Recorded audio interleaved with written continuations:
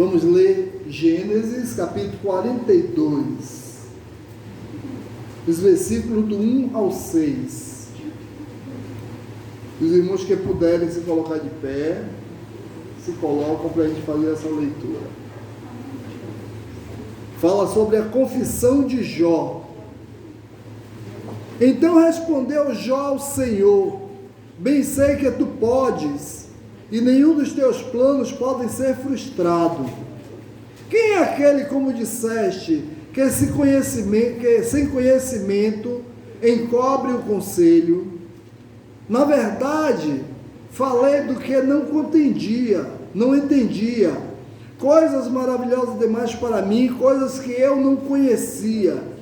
Escuta-me, pois, havias dito, e eu falarei, e te perguntarei, e tu me ensinarás. Eu te conhecia só de ouvir falar, mas agora os meus olhos te veem, por isso me abomino e me arrependo do pó e na cinza. Amém? Os irmãos podem sentar. É Jó. Eu estava lendo Gênesis, né? E era Jó 42, né? Desculpem, irmãos. Estava com a cabeça em Gênesis, só que o texto era Jó, né? Ainda bem que os irmãos ouviram o texto da mensagem. E bom que leram Isaías. Foi Gênesis que leram? Foi Isaías? Gênesis 42, né? Eu estou lendo uma coisa, vocês lendo outra, aproveitaram duas leituras, né? O tema da mensagem desta manhã é descansando na soberania de Deus. Interessante que o texto que nós lemos, né, fala muito sobre a nossa escola, Lisiane. Tem esse versículo número 2 que diz: bem sei que tu podes, e nenhum dos teus planos podem ser frustrado. Nenhum projeto de Deus pode ser frustrado. Aquilo que Deus deseja fazer, ninguém pode impedir. Às vezes nós tentamos, nós protelamos, né? Então uma das coisas mais difíceis para o ser humano é aceitar que Deus está no controle de todas as coisas. Precisamos entender que o controle é de Deus, entendeu? Mesmo em meio ao caos, mesmo em meio à angústia, mesmo em meio ao sofrimento, queridos irmãos, é difícil aceitarmos que Deus tem o controle de tudo, né? Eu quero dizer, por exemplo, quando acontece aquele imenso tsunami, quando aconteceu aquele imenso tsunami que matou mais de 300 mil pessoas na Ásia, Deus, Ele tinha o controle de todas as coisas. Deus é o Senhor, independente do que aconteça, né? Então quer dizer, mas Ele estava e ainda está no controle. O controle continua sendo de Deus. É Ele que é o Senhor. Então só nós olhamos, se nós olhamos em uma lâmina microscópica, quem já fez, trabalhou na área de química aqui, como o Gabriel aí e a sua esposa, né? Lisiane talvez já olhou em um microscópio, Edna. Então sabe que o microscópio, podemos ver milhões de seres vivos, né? E em cada ser vivo desse que nós vemos, numa lâmina microscópica, nós vemos a digital de Deus. Deus foi quem criou aquilo que é microscopicamente visível. Mas eu quero te dizer que se olharmos também um telescópio e olharmos para essa infinitude do universo, veremos a imensidão do universo. Eu quero te dizer que aqueles astros, as estrelas, as coisas celestiais, as coisas que Deus criou, Ele criou todas as coisas com um milímetro de detalhes. Então, bilhões de estrelas maiores do que a Terra.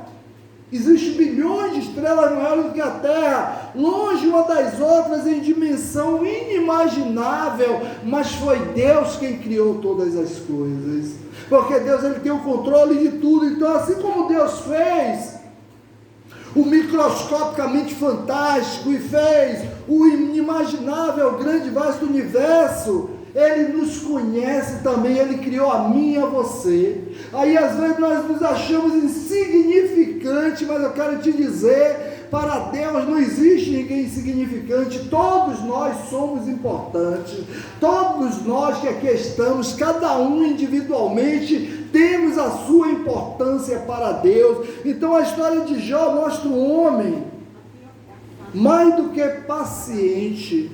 Jó era um homem fiel a Deus em qualquer circunstância, em todas as dificuldades Jó era fiel. Na história de Jó nós vemos os testes que ele passou, e não foram testes fáceis, foram testes difíceis. Às vezes, se a gente observar bem a história dele, a gente vê algo terrível acontecendo na vida de Jó. Na história de Jó nós vemos que em tudo que ele passou, nós aprendemos importantes lições. Eu tiro lições para a minha vida, com a vida de Jó, eu tirei lições. Essa semana eu estava imaginando a minha vida, e olhando a vida de Jó, e eu observo como Deus, Ele continua sendo bom, independente do que está acontecendo em nossas famílias. Deus é bom. Então, por que devemos descansar na soberania de Deus? Porque Deus é bom e Ele tem o controle de tudo, e Ele é soberano, e nós devemos descansar. Mas por que nós devemos descansar na soberania dEle? Podemos descansar na soberania de Deus porque Deus sabe o que está fazendo, Deus sabe o que faz. Aquilo que está acontecendo na sua vida, Deus sabe por que está permitindo. Então eu quero dizer, Isaías 55, versículo 9, diz o seguinte: assim como os céus são mais altos do que a terra, meus caminhos são mais altos que os seus caminhos, os meus pensamentos são mais altos que os seus pensamentos. Então, com isso, os caminhos de Deus, meus irmãos, são mais altos que os nossos. Os pensamentos de Deus são maiores do que os nossos. Então Jó teve de reconhecer que ele não era capaz, ele não tinha capacidade de entender o que o Senhor estava fazendo. Então, certamente, se a gente for pensar em Jó, certamente quando ele estava passando, aquele tsunami estava passando na sua família, na sua vida, com certeza ele disse: meu Deus, eu não estou compreendendo por que o Senhor está permitindo isso, quando estamos em dificuldade, quer dizer, vivemos tantos problemas no mundo, em nossas vidas, nós às vezes perguntamos: por que, Senhor? Mas Deus sabe o porquê de todas as coisas. Então, queridos irmãos, o que levamos em consideração, queridos irmãos, é que nós, seres humanos, não temos condições de avaliar as obras de Deus. Nós não temos condições, e às vezes quer avaliar as obras de Deus, aquilo que Deus faz na nossa vida, nós queremos ter o controle, queremos saber o porquê, mas a avaliação é do Senhor. Então, o máximo que podemos fazer é confiar na soberania dEle. O máximo que você pode fazer pelo que está passando na sua casa, pelo que está passando na sua vida, na sua família, é confiar que Deus é soberano. Então, confiar: Senhor, eu sei que o Senhor está fazendo o melhor para mim, e sei que o melhor vai acontecer. Então, nós não conseguimos ver como Deus vê, meu irmão. Você não consegue ver como Deus vê. Então, eu quero dizer que vamos caminhando, fechados, onde nós vimos caminhos, né? A gente olha o caminho e vê o caminho fechado, não vê solução, e Deus vê o caminho aberto. Deus sabe. Então muitas vezes nós vemos portas fechadas, aonde Deus vê portas abertas. Muitas vezes nós vemos probabilidade, isso é possível, e Deus vê exatidão. Quer dizer, então às vezes estamos tão cegos para entender o melhor de Deus para nós. Às vezes não conseguimos enxergar, e Deus, Ele sempre tem o melhor para nós. Gênesis 13, 10 e 11 diz o seguinte: levantou Ló os olhos e viu toda a campina do Jordão, que era toda bem regada, antes de haver o Senhor destruído Sodoma e Gomorra, como o jardim do Senhor, como a terra do Egito, com quem vai para Zoar. Então Ló escolheu para a campina do Jordão e partiu para o Oriente. Separaram-se um do outro. Nesse momento aqui, queridos irmãos, é um momento que Abraão diz a Ló assim: escolha E Abraão escolhe com os olhos. Abraão não vai para o Senhor, não diz Senhor. Se Ló tivesse assim, dissesse assim, Senhor, aonde é o melhor lugar para eu ir com minha família? Aí o Senhor diz, olha Ló, vá para tal lugar assim, assim, vá para esse lado, porque Deus sempre dá o melhor. Deus sempre orienta o melhor. Abraão disse, escolha você. Só que Ló escolheu com os olhos, e às vezes, meus irmãos, nossos olhos nos enganam. Às vezes a gente olha assim, não é aquilo, a verdade não é aquela. E observe o que aconteceu, aonde Ló foi com sua família, foi para o pior lugar. Então Ló escolheu as campinas do Jordão, achando que essa era a sua melhor escolha. E isso acontece comigo, isso acontece com você. A gente olha com o nosso olhar natural, o nosso olhar humano, acha isso é bom. E às vezes bom é o Senhor, é Ele que sabe o que é bom para nós. Então a escolha de Deus, queridos irmãos, era a terra de Canaã, era a melhor escolha. Mais tarde, as campinas do Jordão teve arruinada com fogo e enxofre. Observe que Deus mandou do céu, queridos irmãos, chuva de fogo e enxofre que destruiu aquela terra onde Ló escolheu. E aí Ló certamente nesse momento ele disse, poxa, eu escolhi com os meus olhos. Então eu quero dizer que convém aqui lembrar que a escolha que Deus propõe para Josué, observe que ele diz em Josué 1,7, ele diz, tão somente ser forte e muito corajoso para teres o cuidado de fazer segundo a lei que meu servo Moisés te ordenou. Dela não te desvie nem para a direita nem para a esquerda, para que sejas bem sucedido por onde quer que andares. Observe que aqui, queridos irmãos, Josué, mas Josué era um homem prudente. Se a gente for olhar a história de Josué, ele sempre estava buscando a orientação de Deus, e no momento em que não buscou, ele pagou um preço. O povo pecou, o povo foi destruído. Então, queridos irmãos, é preciso em toda e qualquer circunstância, eu quero te dizer uma coisa em nome de Jesus, busque a orientação de Deus para a sua vida, para a sua família, e assim você será bem sucedido. Porque descansaremos na soberania de Deus? Porque Deus conhece os nossos limites. É preciso eu confiar nele, porque ele sabe qual é o meu limite. Porque se eu vou para a academia e chego lá, aí eu vejo 1000 quilos, eu digo, poxa, eu quero suspender 1000 quilos, mas Deus sabe que eu só posso carregar 10.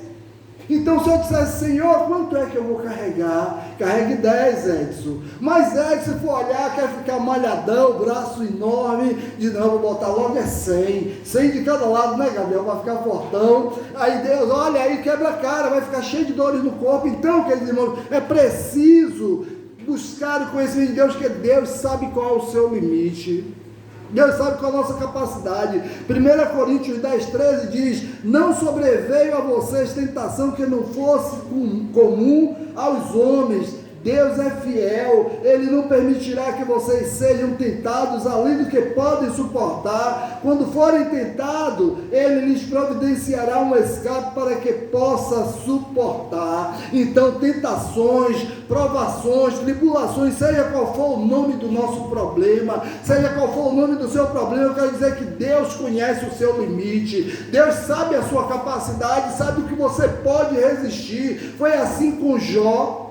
Deve ser assim também conosco, meus irmãos. Então Deus sabe. Observe que Deus diz a Satanás o que? Pode ir lá, toca na riqueza dele, só não toca na alma dele. Deus sabe qual é o limite. E cada vez Deus poderia ter mandado. Será que Satanás poderia ter chegado lá e ter destruído tudo de Jó de vez? Poderia. Deus poderia ter dito, olha, tira a riqueza dele, tira a família, os filhos dele, tira a riqueza dele, tira a saúde dele, só não toca. Satanás ia tirá-la tudo. E ele ficaria, só que ele não suportaria. Então foi gradativo, foi aos poucos. E aí Deus, Ele sabe de todas as coisas. Que Ele diz, quando alguém sucumbe à provação, é porque estava em Deus e não estava em Deus para suportá-la. Quando um crente sucumbe, quando o crente cai na sua aprovação, é porque ele não estava em Deus, porque Deus sabe o que nós podemos suportar. Creia que o Senhor, Ele não irá deixar que você passe por aquilo que você não vai conseguir resistir, meu irmão.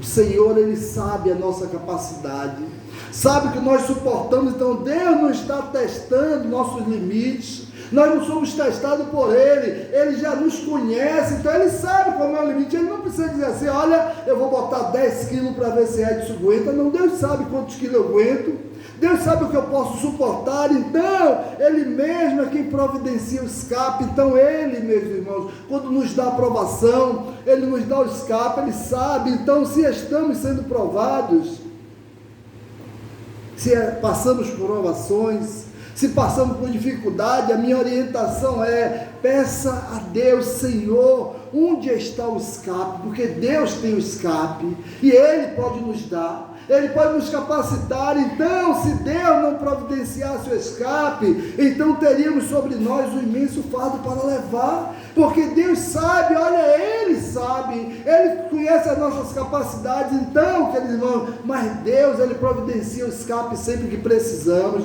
sempre que temos necessidade. Um certo homem famoso deparou-se com um terrível dilema, né?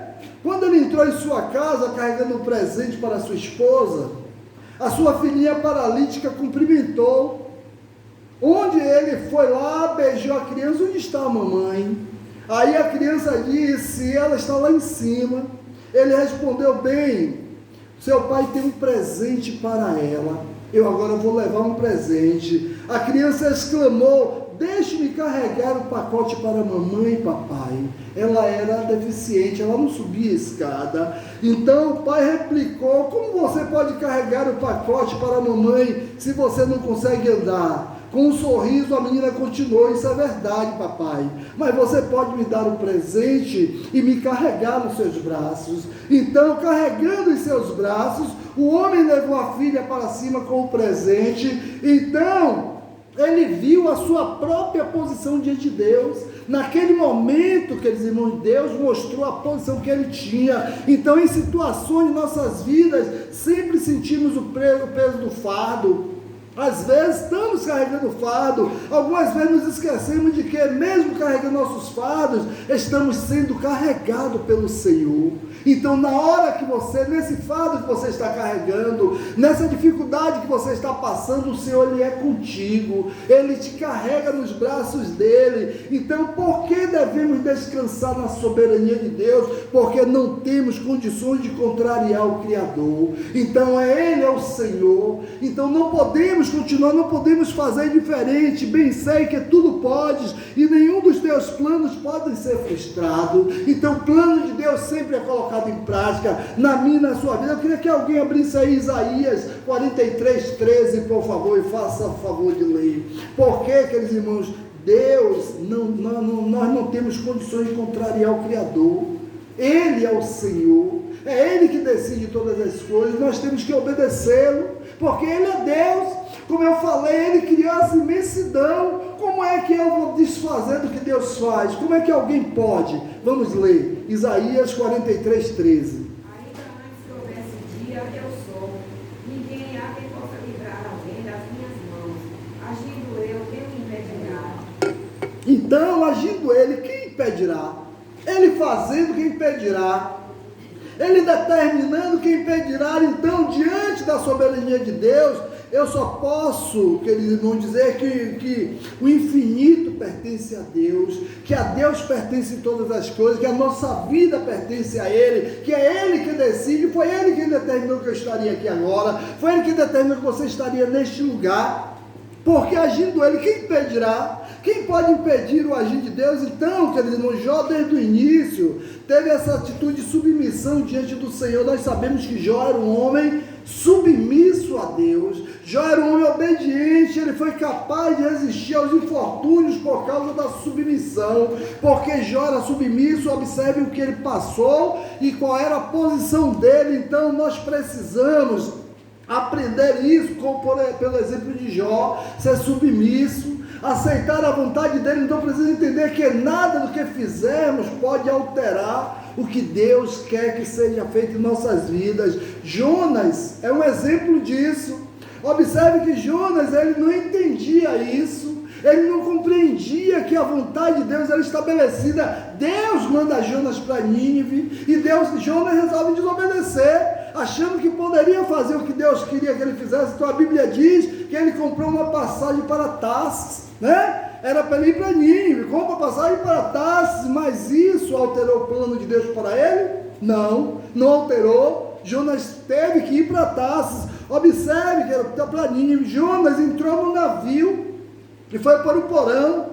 Isso alterou o plano de Deus? Não alterou. Observe que Jonas foi lançado ao mar, foi engolido por um grande peixe, e isso alterou o plano de Deus. Poderia ter alterado, Jonas poderia ter morrido, mas o plano de Deus, eu quero te dizer nesta manhã, que é o plano de Deus na sua vida, ninguém pode alterar. Nem você pode alterar, ninguém pode, queridos irmãos. O meu chamado ministerial é desde 1992. Eu sentia o desejo de ir para o seminário, mas eu protelava, porque eu tinha uma vida financeira, ganhava um salário bom, e eu não queria renunciar. Eu não queria deixar de lado, mas isso alterou o plano de Deus? Não. Teve um momento que eu tive que ir, e tive que me preparar para o ministério, e a mesma coisa com a sua vida. Ninguém pode alterar os planos de Deus. Então, quer dizer, o plano de Deus na nossa vida, ninguém pode impedir. Ele poderia, Judas poderia ter economizado tempo, né? Se tivesse obedecido a Deus, tinha economizado sofrimento, que não foi brincadeira ser engolido por um grande peixe. Mas observe, que não vale a pena perder seu tempo tentando desobedecer a Deus. Não vale a pena perder tempo fazendo a sua vontade, aquilo que você quer. É preciso fazermos a vontade de Deus, porque a vontade de Deus é boa, agradável e perfeita. Então, por que devemos descansar na soberania de Deus? Porque podemos confiar na justiça dele. É preciso confiar, porque Deus é justo. Tudo que acontece na nossa vida é permitido por ele, nada é em vão. 2 Tessalonicenses 1, 4 e 5 diz: por esta causa nos gloriamos em vocês entre as igrejas de Deus, pela perseverança e fé demonstrada por vocês em todas as perseguições e tribulações que estão suportando. Elas dão prova do justo juízo de Deus e mostram o seu desejo de que vocês sejam considerados dignos do reino pelo qual vocês também estão sofrendo. Observe que aqui é Paulo falando na igreja de Tessalônica, ele glorificando a Deus pela vida da igreja. Observe que muitas vezes as pessoas chegam para o pastor com perguntas difíceis de responder. Muitas vezes, queridos irmãos, às vezes perguntam: fulano vai para o céu?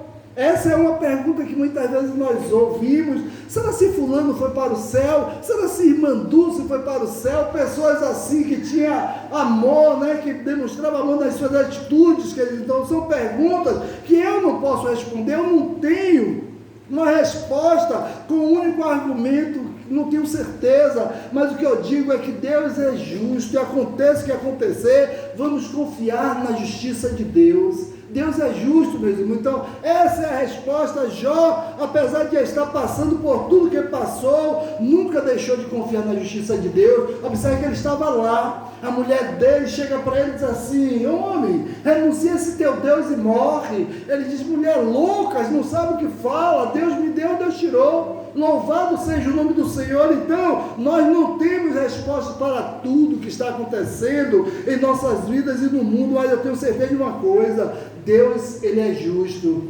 A justiça dele será algo que vai ser real e constante na nossa vida. Em momento nenhum Deus vai usar de injustiça comigo nem com você. E eu gostaria de concluir essa palavra dizendo a vocês que toda e qualquer situação, nós temos um Deus que está liderando a história para o nosso bem. Deus está liderando a história para o seu bem, porque todas as coisas contribuem para o bem daqueles que amam a Deus. Então, isso em Romanos 8:28, sabemos que Deus age em todas as coisas para o bem daqueles que o amam, dos que foram chamados de acordo com o seu propósito. Então, queridos irmãos, mesmo que no momento nós tenhamos dor, temos sofrimento, duvidamos que alguma coisa, né, talvez diga: Senhor, por que o Senhor permitiu isso? Eu quero dizer uma coisa: Deus, ele permite todas as coisas, porque ele sabe, ele conhece o amanhã, ele sabe todas as coisas. Então, no final da história de Jó, eu gostaria de destacar o verso 5, onde ele diz o seguinte, no verso 5: Eu te conhecia só de ouvir falar, mas agora os meus olhos te veem. Observe, queridos irmãos, que o relacionamento de Jó com Deus era um relacionamento superficial, era um relacionamento de ouvir. Então, quando alguém diz assim, eu chego para você e digo assim, Gabriel, Ana Paula é uma menina assim, assim, assim, ele vai conhecer Ana Paula de ouvir falar, não vai ter um conhecimento, mas Jó naquele dia conheceu Deus face a face. E eu quero dizer uma coisa, queridos irmãos, todas as vezes, todo mundo que conheceu Deus face a face, o que é que acontece? O seu pecado é revelado, e é mostrado quem a pessoa é. Isaías, o que foi que aconteceu com Isaías? Quando ele viu Deus, ele se conheceu, ele se achava talvez uma pessoa correta, uma pessoa digna, uma pessoa honesta, uma pessoa direita, mas no dia que ele teve um encontro com Deus, pessoalmente, o que foi que aconteceu? Ele viu que ele era um homem pecador e precisou passar pela purificação. E Jó não foi diferente. Ele disse: Senhor, eu te conhecia de ouvir falar, mas eu te conheço hoje de te ver face a face. E foi um encontro revelador. Aquele encontro de Jó com Deus foi revelador, assim como foi de Jeremias, assim como foi de Mateus, assim como foi dos discípulos, assim como foi de Moisés, assim como foi de Abraão. Todo encontro com Deus é revelador. E Deus, Ele sempre quer se revelar para nós, mas precisamos ter a consciência que a vontade dEle é boa, agradável e perfeita. Amém, meus irmãos?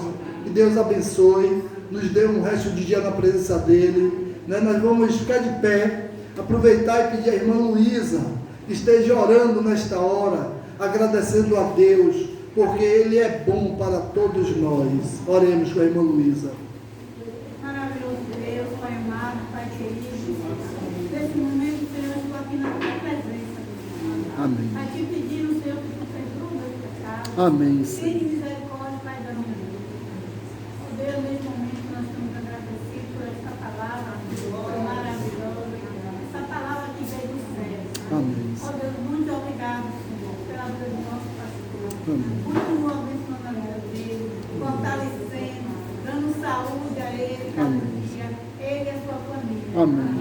Ó Pai, nos leva, Pai, para nosso lar, Pai. Continua abençoando nesse correio da tarde. Eu te agradeço por tudo, em nome de Jesus. Amém. Queridos, lembrando a noite, a abertura de missões estaduais, vamos fazer o possível para estar presente no culto da noite, para a abertura de missões. Que Deus abençoe a todos e até a noite estaremos aqui.